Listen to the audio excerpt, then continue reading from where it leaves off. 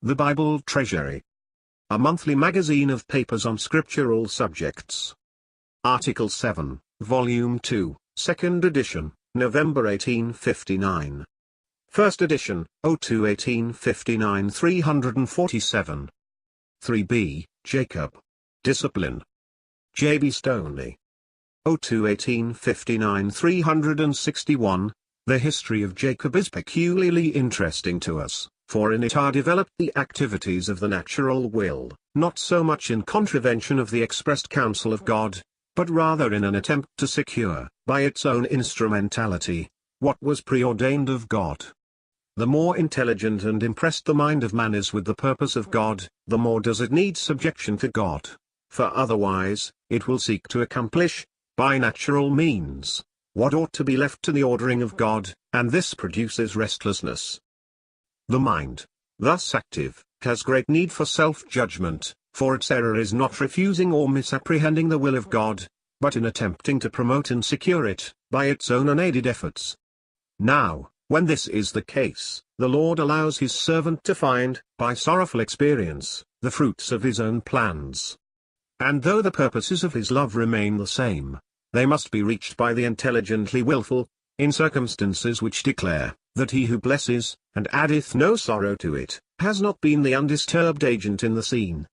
The fear of the Lord is wisdom, and the knowledge of the holy, that is understanding. If I have not God before my eyes, I never can, with a natural mind and in a world of evil, walk wisely, for God is the fountain of wisdom. Therefore mere knowledge in itself is nothing, that is, it never leads a man to walk with God. Faith comes before knowledge, the link to knowledge is lost, if faith does not precede it. If I am depending on God, all true knowledge must increase that dependence, for, if I learn correctly, I find out that there is none so worthy of dependence as he. If I love God, I know him, but my love supplies my knowledge, otherwise, knowledge puffeth up. Jacob is a remarkable example of one appreciating blessing, but ever and anon intercepting and anticipating the ways of God by his own plans. The heart was right, we might say, but the mind was unsubdued, and the natural mind cannot act, but according to its own perversity. Thus, in the first act of his life presented to us, he evinces a greater regard for the blessing, and the position which the birthright would confer, than for the means by which he should secure them. He takes advantage of his brother's destitution to seize the valued, the justly valued, prize, which he saw ought not to have surrendered for any gain. Yet the possession of the birthright failed to give Jacob that assurance of the blessing which it represented, for if it had, he would not afterwards have so readily complied with his mother's unworthy expedient to secure it for him. And why? The desired mercy had been grasped by him in a natural way, and he derived none of the satisfaction from it which he would have experienced, had it reached him in a divine way, for a divine way always connects the soul with the Lord. If a mercy is not connected with the Lord, it may often make me more miserable, but if it is, if I know that it flows from his love, the heart receives it in tranquility and peace, for I know that though I may lose the proof of his love, I cannot lose the love itself, and that the love cannot exist without declaring itself. Moses was soon discouraged in his effort to rescue Israel from the bondage of Egypt. He appreciated the service, but, by not connecting it with God, he soon lost assurance in its success. The Lord in his grace will bring us sooner or later to connect our mercies or services with himself, because he knows that without this we cannot reckon on his strength in supporting us. Thus Moses is 40 years in the land of Midian, being prepared for the tidings of the burning bush. Paul in prison, at Rome, is confirmed in the reality of truths, which had been communicated to him long before. And Jacob, when he wrestled and obtained through grace the name of Israel, was confirmed in the assurance of blessings, which he became entitled to, many years previously. The possession of the birthright, his father's blessing, the vision at Bethel, the dream at Padan Aram, all failed to assure Jacob's soul of the reality of the portion which he so prized and needed. The wrestling at Mahanaim, where he was brought into personal nearness and subjection to God, alone established him in the assurance of it. The dream at Bethel was the divine communication of the blessing, but not until Jacob is made to feel the bitter fruits of his own willfulness, during a period of 20 years in Padan Aram, is he brought into that closeness of exercise with the Lord, which, though successful, results in personal disparagement. What a course of discipline to subdue a willful soul! Jacob is blessed in everything that he desires, although often thwarted, and always in what he most prizes. His elder brother surrenders him the birthright, his father blesses him with the best of blessings, the Lord reveals the purpose of his love towards him. When a wanderer from his father's house, in Padan Aram everything succeeds, but through hard labor and a series of thwartings, and, when he returns to enjoy the accumulated blessings in the land of promise, he is met at the very entrance by his brother Esau, and the question must be decided whether he is really possessor of the blessing after all. What a moment of agony and suspense this must have been to his willful spirit. Still unable to trust God, he fears that the cup, which God himself has filled, is about to be dashed from his lips, and all his blessings annihilated. The issue was now at stake. All the previous education of his life was in reference to this moment. He was the blessed one, but was he self-renounced enough to be invested with full and satisfactory possession? Has he come to such an end of himself that he rests on God, and God only, for the security of those blessings? This the wrestling determines. From that struggle he emerges as an Israel, but with the deep sense of personal weakness, the marks of which he bears in himself. The sinew of his thigh shrank. A loser personally, he is a gainer positionally, or rather, he loses in a natural way, but gains in a divine way. Jacob had sought to appropriate to himself the blessings of the land in the strength and resources of nature, and after 20 years of discipline, when about really to enter it, he is brought to such straits and exercises of soul, that God is his only resource. He is cast upon him and cannot proceed after all, unless God not only blesses but subdues him. But this being attained, Jacob enters the land, by faith, and as Israel, blessed, humbled, and having the mark of personal weakness. And in this character, as the Israel, though halting, can he meet Esau, or anyone who may dispute his title. All the toil and success of 20 years are lost, as to their bearing on that title, for it is God's blessing, not the proof of it, that really establishes his soul and sends him forth as the humbled Israel, the indisputable possessor of the land. A history all this of ourselves. Seeking for blessings, but too unsubdued to confide the ordering of them to the Lord alone, apprehending the loss of them, and finding our own insufficiency when the demand is made on us. But the God of Jacob is our God, and he will not only discipline but bless us. This properly closes the first stage in the life of Jacob. He now takes the place of faith, the only true link to blessing, and is a pattern to us of the honor set on one who surrenders his own will and comes out of the conflict prevailing with God and man. We then find that, worthless as the will is in itself, the breaking of it is what God distinguishes with the greatest eminence, even giving such an one power to prevail with himself and man. We have now to consider Jacob in the land. Though the will must be broken, in order to facilitate our entrance into a sphere of blessing, we seldom abide in that sphere, without exhibiting a recurrence of the same willfulness which delayed and obstructed our entrance. The path, to be a true one and suited to us, must ensure that suppression of nature which would exert a counter-influence, and hence the sphere of blessing which I have entered on, through the denial of my will, must be retained and enjoyed in the same spirit. If I think or act otherwise I must suffer, and learn, by God's discipline, that the subjection, which fitted me for entering, I must not relax one whit, because I have entered and am in possession. How often do we observe, and know, too, the very contrary to this, in ourselves? How often, after using great watchfulness, treading softly, and really humbly seeking to enter, do we, when we obtain and enjoy what we have sought, forget the mode and spirit by which we have obtained it, and thus, fresh discipline becomes necessary for us. Israel fought and suffered in order to reach the blessings of the land, but when those blessings were obtained, and enjoyed, Israel waxed fat and kicked, and forgot the God who had exalted him. It is more difficult to nature to walk with God in the fullness of mercies, than in the dearth of them. The water was a greater test to Gideon's army than any of the sufferings consequent on the undertaking. Jacob now, in peaceful enjoyment of all the blessings with which God had surrounded him, and in that land with which every blessing was connected, ought to have repaired to Bethel, according to his pledge. But, instead of this he considers for his own immediate necessities, and builds a house at Succoth. It might be asserted that his necessities required this, but still it was a departure from the principle of faith by which he had entered on possession. It was a divergence, however small, from the path of a pilgrim, and moreover, a halt on the way, which should have been steadily pursued onward until Bethel was reached.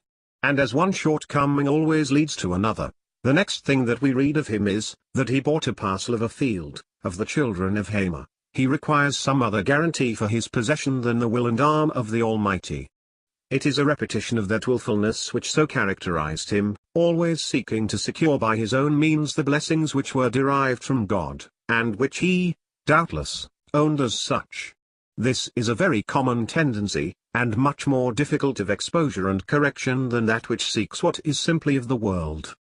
God himself is not the first object of the soul. His gifts, alas, too often shut out God himself, and where he is not paramount, will must be somewhere at work, and we are in reality thinking of enjoying ourselves with the gifts instead of with him. First edition, 02 1859 365. So with Jacob at Shalem. Having yielded to nature, and departed in willfulness from the path of simple dependence on God, he now erects an altar, and calls it, El Elo Israel, not surely forgetting that he was Israel, the blessed one, but magnifying this fact more than the grace of God that made him so. The true state of our souls is revealed by the title of our altar, if I may so express it, or, in other words, the character of our worship, and nearness to God. When the soul is occupied with itself, that is when its own condition is more before it than the greatness and excellency of the Lord, it is evident that the latter cannot be fully apprehended, or its superiority would necessarily supplant the other. When we are in the presence of God, we cannot be occupied with our own state, save as to the exaltation we have received by being admitted to such a place. When really with God, we are lost in God, and in his interests, but when we are occupied with our own blessings or necessities, it is an occupation, right in its place, but lower than that which makes him the supreme object, than that which Paul knew when his aim was to win Christ. Jacob is here not only occupied with his blessings, but indulging his willfulness, and for this discipline is needed. The weight must be removed. He must learn that his own plans only produce sorrow and discomfiture. Thus, his residence at Shalem entails shame and sorrow on his family, and the only relief from it is to obey the word of the Lord.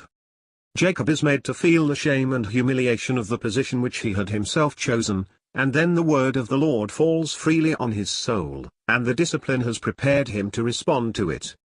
Arise, says the Lord, go up to Bethel and dwell there, and make there an altar unto God, that appeared unto thee, when thou fleddest from the face of Esau, thy brother. In pursuing the race set before us, all goes right. Jacob, on departing from Shechem for Bethel, leaves all his defilements behind him. The idols must be left at Shechem, they cannot be taken to Bethel. The moment we take God's path, the way to God's house, we must be clean. Holiness becometh his house, forever. Now the title of Jacob's altar is El Bethel. He has become enlarged in the purposes of God, and sees himself merely as an agent in expressing and unfolding them on earth. His thoughts now dwell less on Jacob, the blessed of God, than on God, the blesser of Jacob. Another step on the path of faith has been taken. But now, although he has apprehended the Lord's teaching, he is not subdued into accurate adherence to his word. The Lord had told him to dwell at Bethel, instead of which we find that, after a little, he journeyed from thence, and, consequently, fresh discipline awaits him. The trials in his circumstances, up to this, had been many and various, but now it is the trial of his affections which he is called upon to suffer. Death created a blank that can never be supplied, for his bereavement, in the loss of Rachel, was not forgotten for the remainder of his course. Compare Genesis 35 verse 16, with Genesis 48 verse 7. In the latter passage Jacob alludes to his sorrow as if it had closed his own hopes as to earth. As for me, he says, when I came from Padan, Rachel died by me in the land of Canaan, when yet there was but a little way to come to Ephrath, and I buried her there, on the way to Ephrath. The same is Bethlehem. He buried the object of his affections, where Christ, the real balm for every bereaved heart, was to be born. If he leaves Bethel, the house of God, the place where God had appeared unto him, and told him to dwell, he is taught that there must be nothing but a desolate path outside. The clouds gather round his path. The immorality of his firstborn, and the death of his father quickly follow.